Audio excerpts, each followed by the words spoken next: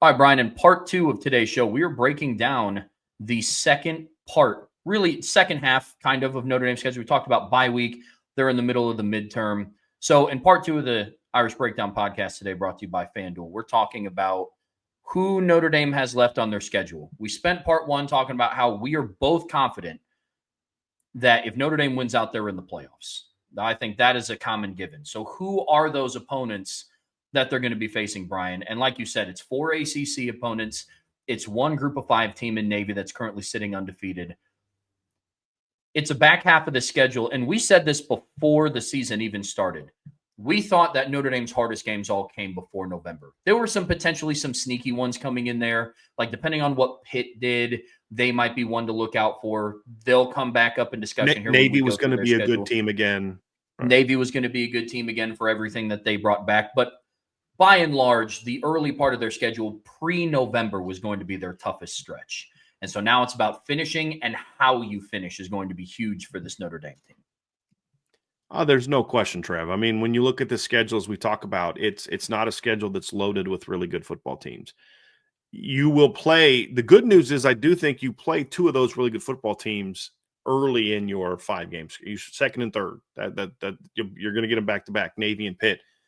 And so if you're a Notre Dame fan, next 2 weeks you're a big, next 2 weeks you're a big Navy fan, and the next Navy fan, and then for the next 3 weeks that you are a big Pitt fan. You want them to go out and win games because both of them are receiving votes, which means they could potentially be ranked in the top 25 if they can keep winning.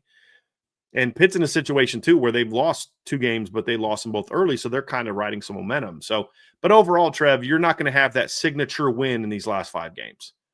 I mean, even last year, you beat Army, who was undefeated in ranked. You beat Navy, who was undefeated in ranked. And it didn't exactly have like a giant impact on like, oh my gosh, did you see what Notre Dame? I mean, it helped your resume, certainly, but you weren't a 9 seed if, but you're a 5 because you beat Army and Navy. It just isn't the case. And that's kind of what Notre Dame went through last year. And one of the concerns was, can they be sharp going into the playoffs with such an easy schedule down the stretch? And Notre Dame proved that, yeah, we can. So that was a good thing. But when you look at the schedule, Trev, there's no opponent that you look at and say, boy, I'm really nervous about that team beating Notre Dame if they play their A game. I think it's going to require Notre Dame to not play well to lose any of these next 5 games. Look, I'll say it again. If you can lose to Stanford 2022, if you can lose to Northern Illinois in 2024, you can lose to any of the teams that are left on the schedule for the most part. I mean, Stanford's not very good this year. They're probably better than they were in 2022. But I think this team's different. And you look, well, they lost to Miami and A&M. Those teams are way better than anybody else played. And they still almost won both of those games. So it's one of those things where there's a much greater deal of confidence they're going to win all those games now than they did before. But those teams still present some challenges. And then, we're going to kind of go through each one of these teams and talk about it. And we've got the schedules for each of these teams too, Trev. So you just want to kind of go in order and just kind of go through each one and just kind of talk about those teams. I know there was some interesting news that you had seen earlier that Notre Dame just reported also that the kickoff time for the Notre Dame game against Boston College has been put on hold, which means we won't know till next week. Yep. When that game's going to be played. It's on a 6-day hiatus, and they're waiting until after the 25th to release the kickoff times and the network that it's going to be on. So I thought that was interesting. I'll be traveling out to Boston, so ideally it's not a night game. I'm hoping for somewhat of a noon kickoff, but we'll see what happens. But neither here nor there. Let's dive into Boston College's remaining schedule and really the outlook for them on the season. And it is a far stretch away from how they started the year on August 30th. I mean, they've lost 6 straight games, and out of their last 3 games, they've been outscored 127-40. It's just been pretty bad for Boston College. And surprising, Trev, because when you looked at it, you look at the first 2 games and you saw Fordham and you're like, all right, Fordham's not any good, but man, that offense looked really good. I mean, Dylan Lonergan went out there and passed for 268 yards and 4 touchdowns. And then the next week he passes for 390 and 4 touchdowns, and they take Michigan State to overtime. And it's a really good game. And you think, boy, this BC team might be a little better than we thought. Their defense isn't very good, but they can score. And then the next 6 games, I mean, like next 5 games, they've only been competitive really in one of them, and that was at home to Cal. I mean, they went on the road and lost to Stanford, and it wasn't really all that competitive of a football game. I mean, I didn't think Stanford outplayed them. Cal, was probably the most competitive game they had. Pitt annihilated them. Clemson annihilated them, and UConn beat them convincingly this past weekend. Now, UConn's a good football team. That's a 5-2 football team. But BC is absolutely reeling right now. And, the great start that Dylan Lonergan had, first 3 games, he had 9 touchdown passes and 1 pick in the last 3 games. He's had 0 touchdown passes and 2 picks. And he got benched. Yeah.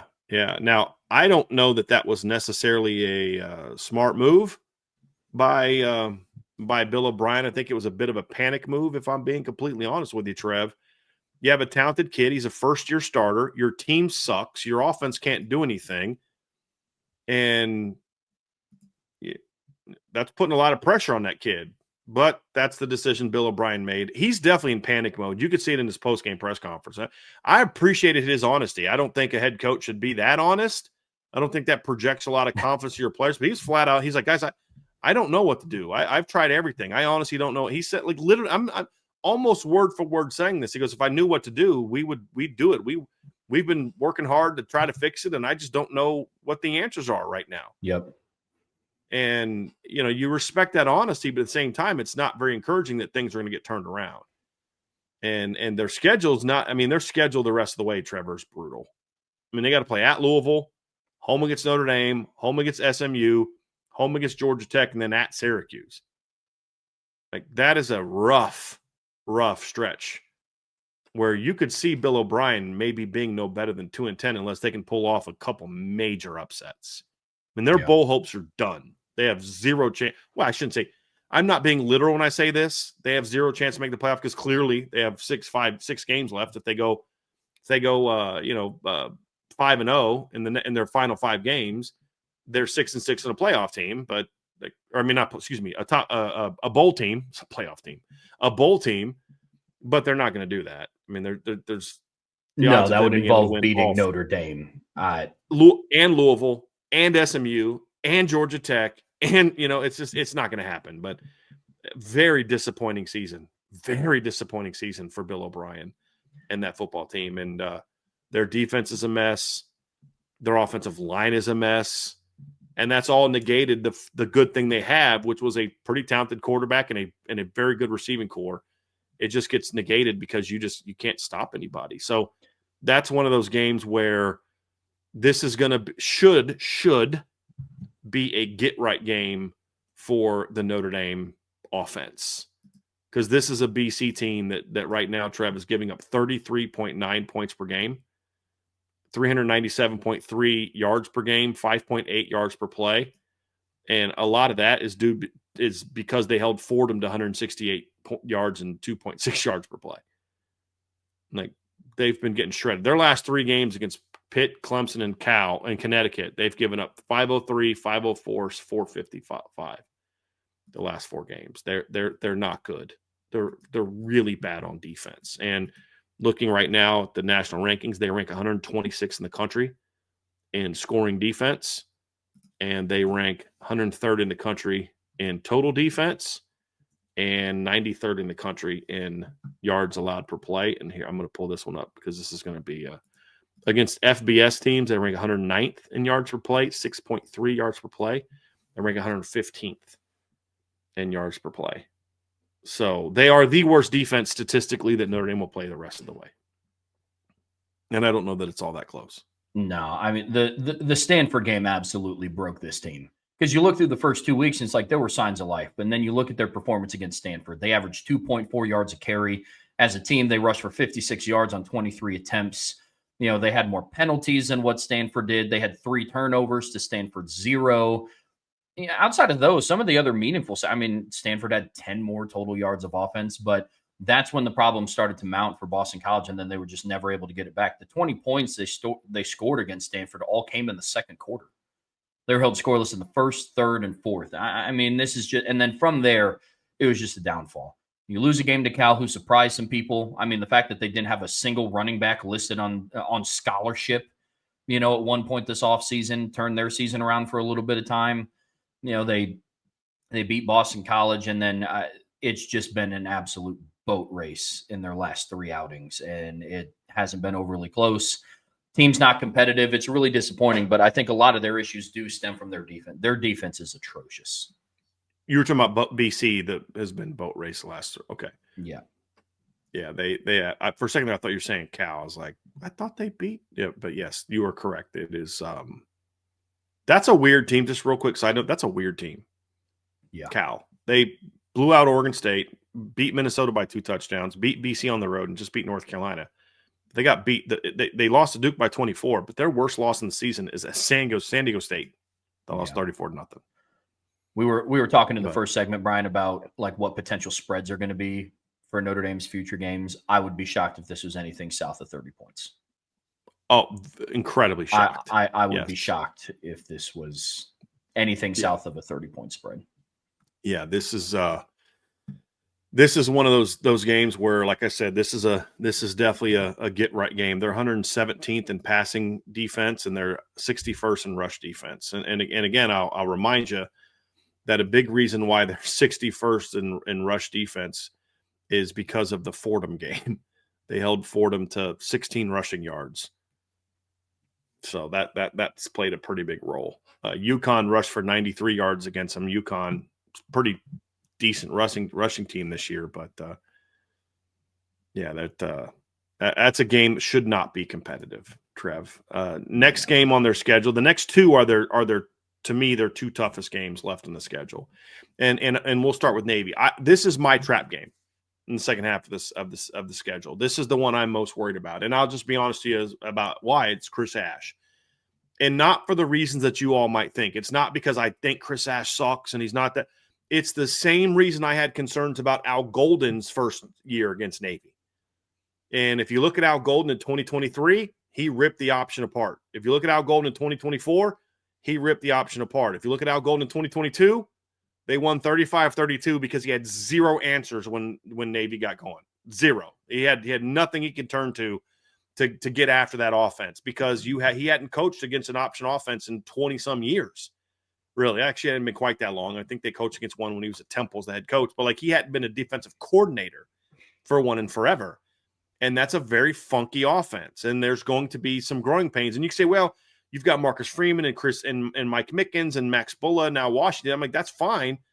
But that helps the game plan. That doesn't help with in-game play calling and in-game adjustments. And again, Al Golden went through that same adjustment in his first year against the option, where it was not pretty watching Notre Dame try to stop the triple option. I don't even remember that game, Trev, but Notre Dame, well, of course you do. You're good about that stuff. But when you look back at that game, that was not even a very good Navy team that season. I mean, that was a 4-8 Navy team that was coming off of a 10-point loss to Cincinnati, had lost to Houston by 18, had lost to Air Force, lost by 24 points to Memphis, and lost to Delaware. But when they played Notre Dame, man, they ripped Notre Dame up in the second half. Now, first half, Notre Dame was all over them, but Navy made some adjustments, and Al Golden had no answers for those adjustments because, again, it had been a long time. Now, year 2 and year 3, Al Golden completely dominated Navy. But it's the argument that I've said of why I think being in the AAC hurts them, because what helped them all those years is the only 3 teams you played every year was Army, Air Force, and Notre Dame. So a lot of teams would only rarely see you, and it's harder to prepare for. Where now teams are writing Navy books every year built on what they've done against Navy every season. But that game is that's why it's my trap game. And Chris Ash may do a great job, and this isn't he still has to prove something to me. This isn't the point of that. I'd say the same thing if they hired Mike Mickens as D coordinator, if they hired anybody with no background against the triple option as a play caller for this game. I'd say the same thing if they hired a lot of guys that I liked. So that's going to be the adjustment period, and that's why it's my trap game. And I'm also not saying he won't do well. What I'm saying is we have a long history of first-time coordinators playing against Navy. It doesn't go great for them, and this is a very good version of Navy. Or you guys remember how good Bob Diaco was at Notre Dame? Great coordinator at Notre Dame, right? How'd his first game go against Navy? Didn't go well. It didn't go very well. So that's kind of where I'm at on this one, Trev. That's why I think that for me, Navy's the trap game. And looking at Navy, they're 5-0 or 6-0 so far. They have not been as dominant as they were last season. Their defense has been a little bit sketchy. They've had to win some close games so far this season, but they keep winning. And if you're Notre Dame, you need them to keep doing that, because there's 3 weeks before Notre Dame and Navy play. If Navy can win against Florida Atlantic and at North Texas, because North Texas has more votes in the current AP top 25 than Navy does. I think it was them. Yeah, I think they do. That or the coaches poll. So they can win their next 3 games. There's an outside chance that Navy could crack the top 25 if there's enough chaos. But, you want Navy to be undefeated coming into that game. And it wouldn't hurt you if a week later they went out and knocked off South Florida a week after they beat Notre Dame. They get beat by Notre Dame. Goodness gracious. Yeah, I mean, offensively, this is a Navy team that I expected to see. Defensively, I don't want to say let me down, because I didn't have, playoff caliber aspirations for this defense, but they're undefeated. They're going into this game. Right now, I believe they just coming off of a bye week. They get Florida Atlantic. If they're able to knock off, North Texas, they're able to beat a current 6-1 North Texas team. I think this game becomes really interesting at Notre Dame Stadium. I think that's what could vault them into the top 25. You have a night game in Notre Dame Stadium against an undefeated ranked opponent. I think that will help with some of the I think it'll be a resume builder, not a perception builder, because unfortunately the committee, most voters, they just don't look at Navy like that. Part of me gets it. The other part's like, hey, look, when a football team is good, they're just good, no matter who, logo on their helmet, style of offense that they run. But Navy this season, really after their first bye week, is when their defensive hiccups kind of started. And I know they gave up 24 to UAB, they gave up 23 to Tulsa, but really out of their first bye week is when the game started to become a little bit closer. I'm not surprised they gave up 31 to Air Force. Air Force actually has a really good offense this year. That was actually a really good game. If anybody watched the Navy Air Force game, that was a lot. Same thing about Boise State too. Like, hey, don't get twisted. The 37 points they give up to Air Force, that's a really good offense. Yeah, it is. And so this Navy team, I don't have a whole lot more to add than what you already talked about, man. This is a good football team, well coached. They're disciplined, something that you would expect. I mean, look, they were well coached and disciplined last year. Their quarterback was hurt. They had 5 turnovers, and Notre Dame ended up playing for a national championship. Mm-hmm. The unfortunate side for Navy is Notre Dame is the most talented team that they play by a mile every single year. And so that's what happens when I look at this game. So it'll be interesting, to say the least. To your point, Trev, Navy Air Force is 24th in the country in scoring offense. They're 15th in the country in total yards per game. And they are, I think, 15th also in yards per play. Navy, on the other hand, is right now 22nd in the country in scoring offense. The only team left on the schedule that ranks ahead of them is Pitt, who is currently 13th in the country in scoring offense.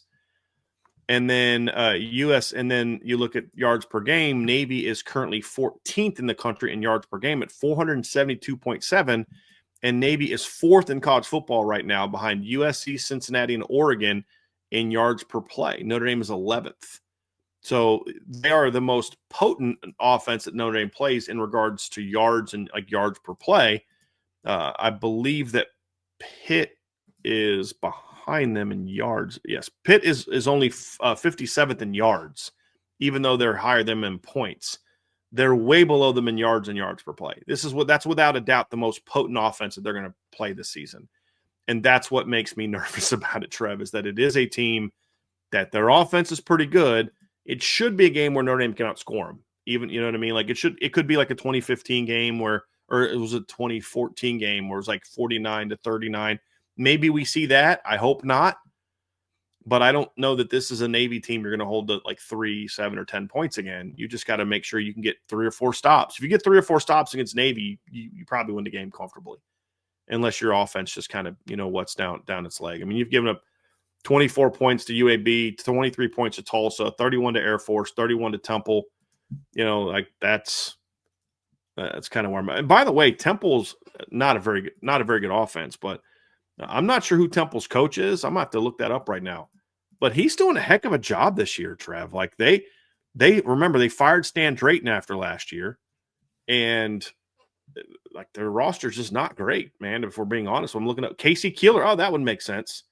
This is why more schools need to be looking at guys like him. Casey Keeler used to be the head coach at Rowan College back in the day when they were a D3 powerhouse, went to Delaware, did a phenomenal job at Delaware, won a national championship in 2003 at Delaware, made it to the championship game 2 other times while he was at Delaware, took Sam Houston State to the college football champion playoffs his first 4 years, then won a national championship at Sam Houston State. And then this past year got hired at Temple and turned them around. I mean, Temple last year, Trev, in 2024, went 3-9 under Stan Drayton. And they're 4-3 already. And lost to Navy by a point. And then lost to, their other 2 losses to Oklahoma and Georgia Tech. They blew out Howard, blew out UMass, beat UTSA, and then this past week blew out Charlotte. So heck of a job to Casey Keeler on turning Temple around. But that's a better win for Navy than you think for the league. And Navy didn't play great in that game, but still won. So hopefully they can kind of get back on track and get rolling here up until November 8th. I don't want them to be rolling that day, but be rolling coming into that game. So, and then the next toughest opponent is the next opponent on the schedule, Trev, November 8th or November 15th. Notre Dame heads east and will play the Pitt Panthers, who are, I thought, Trev, when they lost to West Virginia in week 3, I was like, well, this is going to be a long year for Pat Narduzzi and his team because West Virginia is not good. And then they come out of their bye week, lose a game at home to Louisville, and I'm like, well, it's going to be a long year for the old Panthers, and they have looked really good since then, Trev. Really good. Blew out Boston College, blew out Syracuse on the road this past week, and went down to Tallahassee. I think that's the game that broke Florida State. I do too. Yeah. Yeah, I do too. That's when the locker room started to turn. Now, things can there's always underlying issues before the official breaking, but I think this was the tipping point for Florida State. But yeah, their matchup, Notre Dame's matchup with Pitt is going to be extremely interesting. This is my trap game for a couple of different reasons. One, I respect Navy, and they have a lot of good talent on their team. Blake Horvath, they have Eli Heidenreich, Alex Tetska's back, man. But top to bottom, I think this is the team that could compete with Notre Dame at a higher level than what Navy could. Schematically, Navy makes me nervous. Talent-wise, Pitt makes me nervous across the board. Plus, you also have, for a lot of the same reasons that, Bryan, you talked about, you're nervous for Chris Ash's preparation for Navy and the in-game game calling for Navy. I think this could potentially be a year where it's like we see a little bit of a defensive slump the week after a Navy game because of the drastic shift that they're going to have from going from calling a game against a triple option offense to a spread you out offense like a Pitt does. They made a switch at quarterback. Pitt now is being led by, forgot his name. Good luck pronouncing his last name. Yeah, Mason I'm not Heinschel. even going to. Yeah, good luck with that. Good job. You actually did a pretty good job on that. I would have probably not done that well. I listened to it get pronounced quite a bit in the Florida State game, so I can't just say I looked at it and knew how. So this is why I should start not muting broadcasters when I'm watching games. It might help me a little bit with pronunciations. I just can't listen to some of those broadcasters. It might be one of the only things you get out of it, but they made the decision to go away from Eli Holstein in a lot of people call a typical Pat Narduzzi move. I didn't think Eli Holstein was playing that terribly. He had 5 interceptions. Mason Heinschel's already up to 3 in the 4 games that he started. But Desmond Reed is back healthy. He was one of the big reasons why they beat Florida State the way that they did. I mean, Desmond Reed as a receiver against Florida State had 8 catches for $155 and 2 touchdowns. That's pretty nuts. I mean, you play a guy that you and I ranked as a top 5 running back coming in the season, and you hold him to 45 rushing yards on 12 carries, and you think that's probably a pretty good day. 3.8 yards per carry, and then you're like, 8 catches for 155 yards and 2 touchdowns. Like, well, guess we didn't handle that one real well. The other thing that and he's legit. I mean, he's a dynamic weapon, Trevor. Yeah, he's a dynamic weapon. The other thing, though, is you had, when we were talking like receiving cores that we liked before the season, we were talking about some other, and not just Notre Dame schedule, but national. I remember you bringing up Pitt as a receiving core you were keeping your eye on during the season because like there were some things you liked about him, and they've turned out to be pretty good as well in that regard. So it's funny, the Notre Dame offense and defense are facing very polar opposite schedules the rest of the way. Where when you look at the offense down the stretch, they're facing some not very good defenses. And we'll talk about Pitt's defense here in a second. But, their next 5 opponents are giving up 33.9 points per game. Navy's only at 21.5, but that's bolstered by the fact that they held VMI to 7. They've given up over 33 times this year. Pitt's given up 20.3. Again, that's a little bit bolstered by beating a couple bad teams, Duquesne and Boston College. They've given up over 30 points 3 times this year. And then they face the backup quarterback. Syracuse has given up 29.9 points per game. Stanford's given up 27.7 points per game so far this season. But then you look on the flip side, and Navy and Pitt, in my opinion, are top of the half scheduled teams when it comes to quality offenses in a year where Notre Dame is playing a lot of really good offenses. And so that is very interesting. It may not be like a tough stretch for the team, but if the defense keeps playing the way it has the last 3 weeks and like yards and points wise, that will be impressive because these 2 teams that we just talked about can move the football, have legit weapons, because like I said, we all talk about Desmond Reed, but you were spot on talking about how this is a quality receiving core for Pitt as well. Oh, it is, man. I mean, you go and you look at what this team has done, and I talked about some of these guys in the preseason. Kenny Johnson, I was a fan of. He's averaging 15.1 yards a catch, 2 touchdowns on the year, 393 receiving yards. Raphael Williams is their leading receiver in receptions, yards, and touchdowns. He's having a good year. Katarius Hicks is a good contributor. Their tight end hasn't done much this year. They're not an offense that, looks to get their tight ends involved that much. But it's also an explosive offense. Like Raphael has a 67-yard catch on the year. Kenny Johnson has a 42-yard catch. Desmond Reed has a 50. Katarius Hicks has a 56-yard catch. Bryce Yates, he only has 6 catches on the year. One of them went for 68 yards and a touchdown. So this is an offense that can hurt you. To your point, Trev, their top 5 pass catchers are all at 15 yards or above in yards per catch.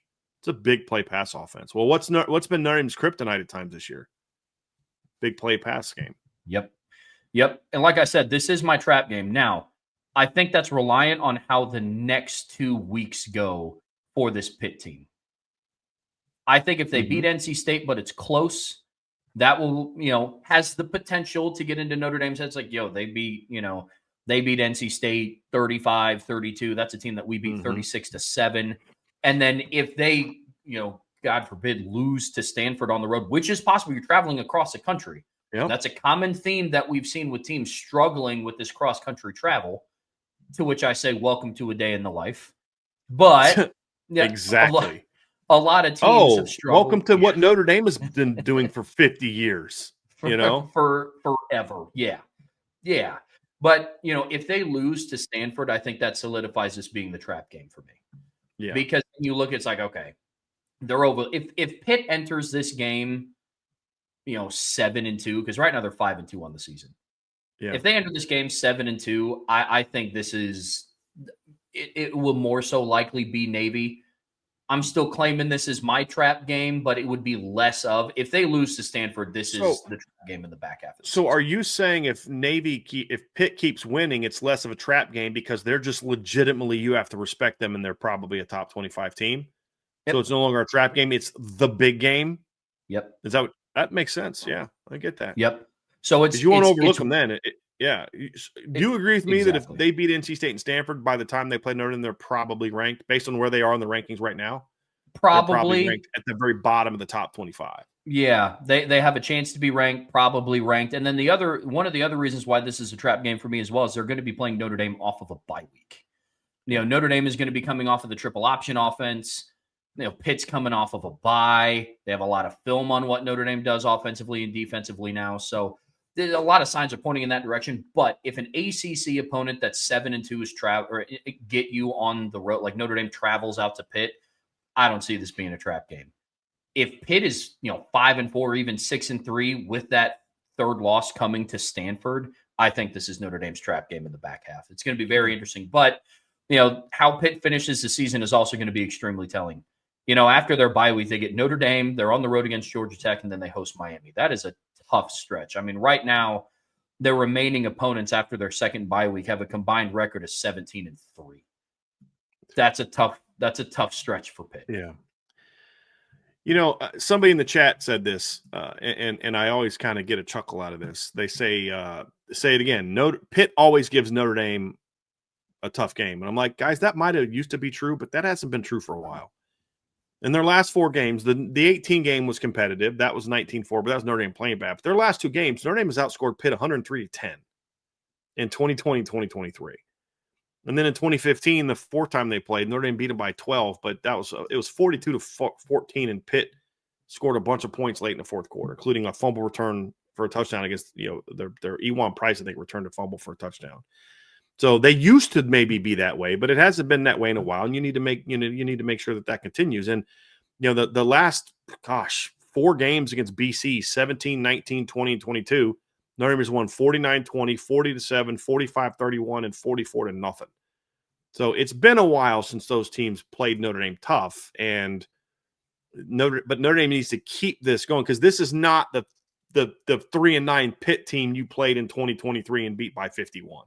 It's not that. It is a bad BC team. That's just that. And the reality is, you have to blow that team out.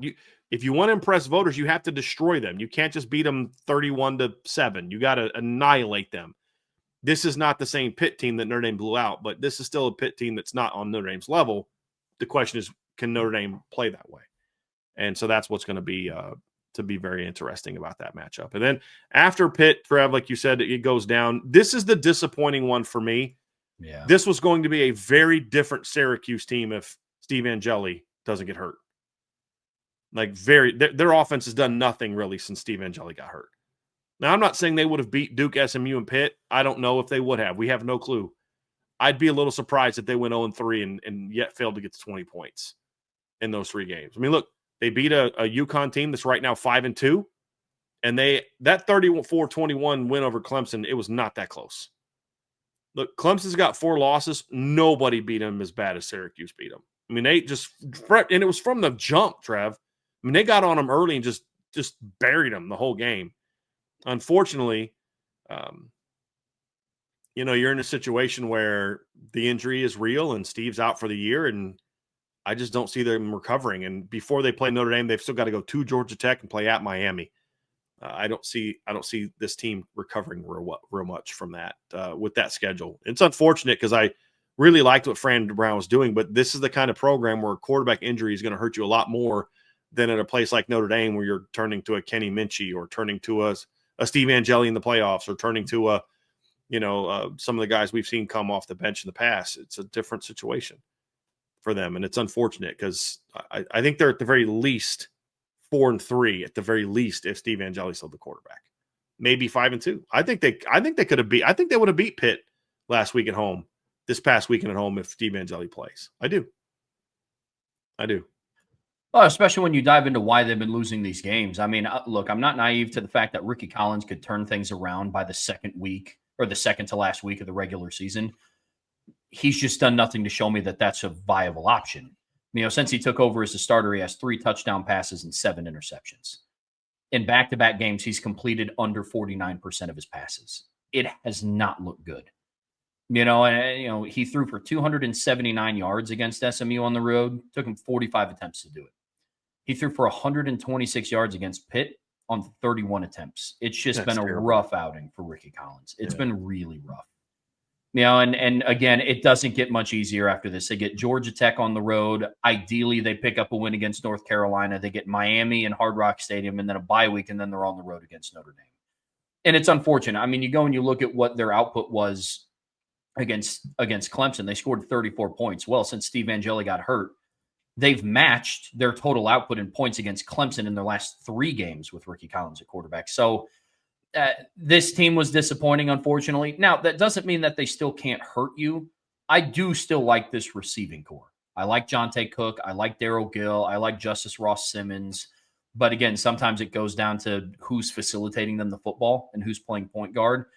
And right now, it's not hard to see why Steve Angeli transferred, after the spring portal, or in the spring portal, and ended up winning the job. I think Ricky Collins will at some point be a good player. I think he's going to be a good quarterback. He's just young and inexperienced, and I think I don't that's know. starting to. He just doesn't look comfortable running that air raid offense. He just doesn't No. physically look comfortable running it. He really doesn't. And I don't know that they've really adapted to his style of play. I think they're more just trying to have him run the offense they were running with Angeli, instead of saying, okay, this is a different type of player. Let's build around it. And it's unfortunate. It's very unfortunate. No, it really is. He'd be top 5 right now in passing yards, just the nature of the offense if he was still playing. Angeli would be. No, it is. Yeah, and I mean, you could put them in the hunt because right now we talked about how the ACC is kind of wide open. And I think if Steve Angeli was still playing, I don't think that Syracuse wins the ACC behind Steve Angeli because their team still does have other holes, But you look at what some of the ACC odds are on FanDuel right now, and one team that I forgot to mention was Pitt. Pitt right now, as things stand, have the 7th best odds to win the conference. I think Syracuse would have been around that conversation if Steve Angeli was still healthy. They'd have like 6th or 7th best odds, but unfortunately now they're completely out of play. And I mean, right now you look at their remaining schedule and they're fighting for bowl eligibility at this point. They have 3 wins on the season. They're sitting at 3-4. It's going to be tough. Yeah, let's chalk up Georgia Tech, Miami, Notre Dame as a loss. So I mean, that puts you to that's it. That's 5-7 at best. 5-7. You're going to have to upset Miami, Notre Dame, or Georgia Tech on the road to be able to, and then have to hopefully serve at home against Carolina, who just gave Cal everything they can handle. Yep. And then the BC, and that should be a win unless your season is just utterly collapsed by that point in time. Yeah. And one of the things that hasn't helped out Syracuse either is they haven't really been able to run the football. That hasn't helped a young quarterback either. Pittsburgh, they held him to 76 rushing yards on 30 attempts. They averaged 2.5 yards a carry. And then you look at what they did against SMU. They had 110 rushing yards. So they got over the 100 mark. Took them 33 attempts to do it. They averaged 3.3 yards a carry. So all of that combined just isn't a recipe for success, especially when you have a young quarterback like that. And that was the fear with Syracuse. We talked about that in the preseason. It's like Steve Angeli, we've seen him capable of leading an air raid offense. And we thought that his style of play kind of fit with what they wanted to do on offense. Unfortunately, the rushing attack for Syracuse isn't there. And it wasn't there around the season either. Yeah, it's been bad. All right, final game of the regular season, Trevor, is a road game against Stanford. Now, here's the interesting thing about Stanford. They're 3-4, but they have yet to lose this season at home. Now, Notre Dame is not Boston College, San Jose State, or Florida State, but still, it goes back to your point that you were talking about when it was, who were you talking about? Was it Pitt or was it Boston? It was Pitt. They still had to go out to Stanford, right? Well, this has so far this year been a pretty dangerous team at home. And very interesting result so far this season. Last 3 road games were blowouts. Last 3 home games were wins. They were ugly wins the last couple, but they were wins. And this is still, guys, look, I say this. I think Frank Reich and that staff have done a tremendous job to get 3 wins by the middle of October. It's a tremendous coaching job. That's still a really bad football team. They just don't have a lot of talent. They play hard, and they're smart. That's what I can say about Stanford. If this is a close game, then Notre Dame has dramatically overlooked Stanford. Now, I would argue that they're probably a better team. I don't know more talented or not, but they're a better team than they were in 2022. Barely. Debatable talent-wise. It's not debatable results-wise because they've already matched that season's win totals. But this is also a way better Notre Dame team than 2022. So this should not be a competitive game, but you just never know, Trev. But ultimately, it's great what they've done. They still can't throw the football really against anybody with a pulse. And, you beat Florida State this past weekend with your quarterback passing for 90 yards. We're talking about a team that has 13 offensive touchdowns, and it's almost November. They're not even averaging 2 a game. No. I mean, that's what Stanford is. I mean, how's the saying go? Hard work beats talent when talent doesn't work hard. That's why they beat Florida State. Florida State on paper has a significantly more talented roster than Stanford by a lot. Mm-hmm. I mean, people forget. I know, Florida State's kind of the laughing stock once again, but like they didn't beat Alabama because they were just no talent and they just got lucky and won by. And they whooped Alabama, talent. dude. Yeah, they whooped Alabama that day. Yeah. Like this is a team with a lot of talent, but look, at the end of the day, Stanford is just not. I'll say this about Stanford. They have 3 more wins than I thought that they would have at this point in the season. After watching the game against Hawaii and then after watching the loss to BYU. And yes, I understand, I know Hawaii has a good record right now. BYU is now ranked ahead of Notre Dame. I get all that. But if you watch the games and how they went down, Stanford was shit. I mean, it was terrible. I mean, not even competitive. It looked like BYU at times, Hawaii at times are going against their scout team. Bengal Branson looked really, really bad. It's not like he's lit the world on fire since. He still has 7 touchdown passes and 5 interceptions on the season. I think going into it was either Go ahead.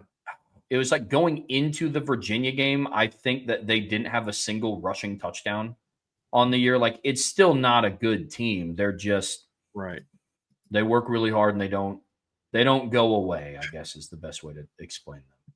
Trev, my question for you is this. How bad is San Jose State's pass defense? They gave up 444 passing yards and 10.3 yards per attempt to Bengal Branson, who's just not good. Like, he's just not good. And the answer is it's really bad. They've given up over 300 yards in 5 of their 7 games this season. Yeah, it's not good. It's not good. It's really not good. But yeah, they're just not a good team. But you know what? Here's what you're going to get though. They're going to play hard. Yep. Like that's what even the Hawaii game, you watch them get. I mean, they were outclassed by Purdue and Virginia, completely outclassed. They played hard. And you're going to get that. But this is a game that Notre Dame. This is going to be Notre Dame's last statement opportunity, and every game's a statement opportunity. Some are bigger than others, right? Like Notre Dame's statement win over Stanford will not be like the statement that either Michigan or Ohio State make against each other in the same game, or that Bama makes against Auburn, the quality of the opponent, maybe it might actually be, or Georgia Tech, but it's still a statement. And your statement is, okay, is the last message you want to leave to the voters is an ugly win over a 3-9, 4-8 Stanford team? Or do you want to just go absolutely annihilate this bad football team and show everyone nobody wants to play us in the playoffs? That's you hate to say that you have to destroy a team, but that's where Notre Dame is. Like they have to dominate these teams. This can't be like 2015 BC, where you beat a bad BC team 19-16. And remember, Notre Dame dropped from being in the top 4 to outside the top 4 because of how bad they looked in back-to-back games against Wake Forest and Boston College, where Oklahoma was out there destroying people every week, and then Oklahoma leaps them. And that's fair. I don't think you should just be ranked 4th because you keep winning. If you keep winning ugly and some other team is putting out more impressive victories over better teams, that team should be allowed to beat you. You're not entitled to that number 4 ranking or number 7 ranking or number 8 ranking. You got to keep proving it. And that's what Notre Dame's going to have to do against Stanford and a lot of teams that they're going to play here down the stretch, because they're going to have to say, if you're a playoff team, if you're a legitimate playoff team, if you're a legitimate top 8 team that's going to host a playoff game, this is a schedule for Notre Dame that you should not only win, Trev, you should dominate it for the most part. You can have one between Navy and Pitt. You can have one. Okay, that was a good game. That was a tough game. They gave you guys a battle, and you got it done. The rest of them have to be convincing wins. Absolutely very convincing wins, just like last year. It's not asking too much. We saw them do it last year. Common theme for me throughout this week is the back half of the schedule is about focus. Notre Dame knows what's in front of them. And I'm sure a lot of the players and the coaches also understand that they are now, as far as their playoff goes, seeding, you need some stuff to happen. But from just a making the playoff standpoint, your destiny is back in your own hands. And something that I'm happy to be saying, something that was kind of a far-fetched thought, on the morning of September 14th, and really for the next couple weeks after that. But the game against Stanford is going to be about focus, because likely Notre Dame is going to be going into that game 9-2. Notre Dame historically has struggled at times to go out west and finish off a season. That's why even when USC has been 5-6 or 6-5 in their matchups, and I think 2024, I think of 2022, I think of 2018, 2012, those teams gave Notre Dame fits. Why? Because they had to travel across the country in the last game of the season. And Notre Dame could very well walk into the Stanford matchup against a gritty team that's physical and won't go away at 9-2, and you can't afford to overlook them. But big picture, overarching, what's at stake for Notre Dame in their final 5 games? You got to handle business and handle it soundly. It's not good enough to just win 19-12. You can't just win 28-3. If you can beat people to sleep, you got to beat people to sleep. Because you're correct, Trev. There was a stretch from 2008 until 2019 that Notre Dame never looked good at the end of the year. I mean, even when they were winning. So, like in 2008, they lost at the end of the year to USC. Hold on. 2008 end of the year. Give me a second. I'm going to was USC. Schedule. It was USC because 07. 09 is when they lost at home. Yes. I'm thinking of the Jimmy. I'm like, wait a minute. 08, you lose at the end of the year to USC. And then the next year you lose to Stanford in a shootout, or if you're, Michael Floyd, Jimmy Clausen, just going off, but you couldn't stop them. I mean, Richard Sherman could not cover Michael Floyd and Golden Tate that game. I don't know if you remember that, but you couldn't stop them. So 08, you lose to USC 38-3. The next year in 09, you lose to Stanford 45-38 in Charlie Weiss's last game. 2010, you beat USC 20-16. That was not a very good USC team. They finished that year 8-5. But it was a battle. It was in the rain. It was a battle. 2011, you go out to Stanford and you lose 28-14.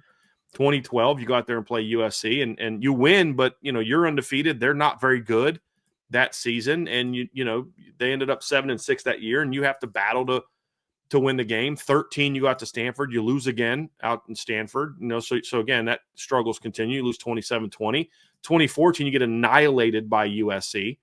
Get absolutely just bombed. And then 2015, you got to Stanford, and you think you're going to win. You score a touchdown with 30 seconds left. Hey, we're going to beat a really good Stanford team, and then Brian Van Gorder gives up a 30-second field goal drive. You lose that game. 2016, you go out there again to USC, get absolutely annihilated.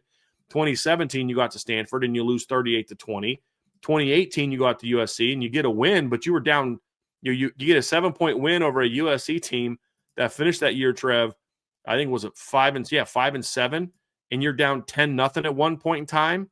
So it wasn't until 19, and they blew Stanford out in 19, beat them 45-24. 2020, you didn't have that West Coast game at the end of the year. 2021, you go back out to Stanford again, you beat them 45-14. 22, you lose to a really good USC team. They were just better than you. 23, you go out to California. You beat Stanford really bad again, 56-23. But remember, it was like 16-14 at one point in time in the second quarter.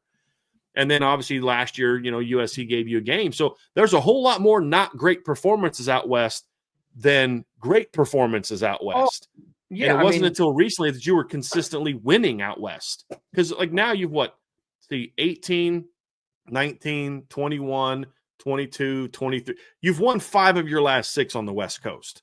Yep. But not all of them have been pretty. But for a long time, you were losing a lot of those games, and you were barely winning when you were winning them. Yeah, Notre Dame was winless on the road against Stanford in between 2008 and 2018. Notre Dame went a decade without winning a game on the road against Stanford.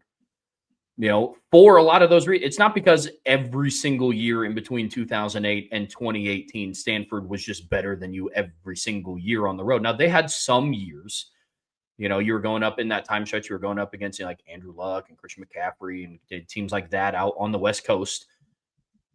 But you still didn't win. You won in 2007, and then you didn't win again until 2019 out on the road against Stanford.